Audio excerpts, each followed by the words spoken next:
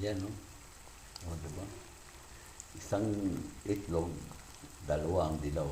Yan. Isang itlog, dalawang dilaw. Kaya 3 piraso, anim, bali-bali. 6 ang itlog.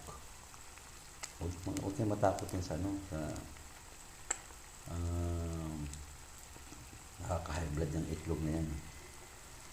Yan. Ma-high blood ka dyan sa itlog kapag yung pinisa yung itlog mo. O, diba?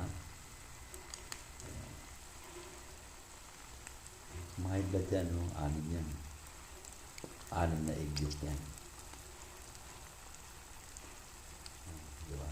Kaya kung mainit ang bahagyang apoy, hayaan mo siya malutong ganyan. After yan, pukunin ko na yan.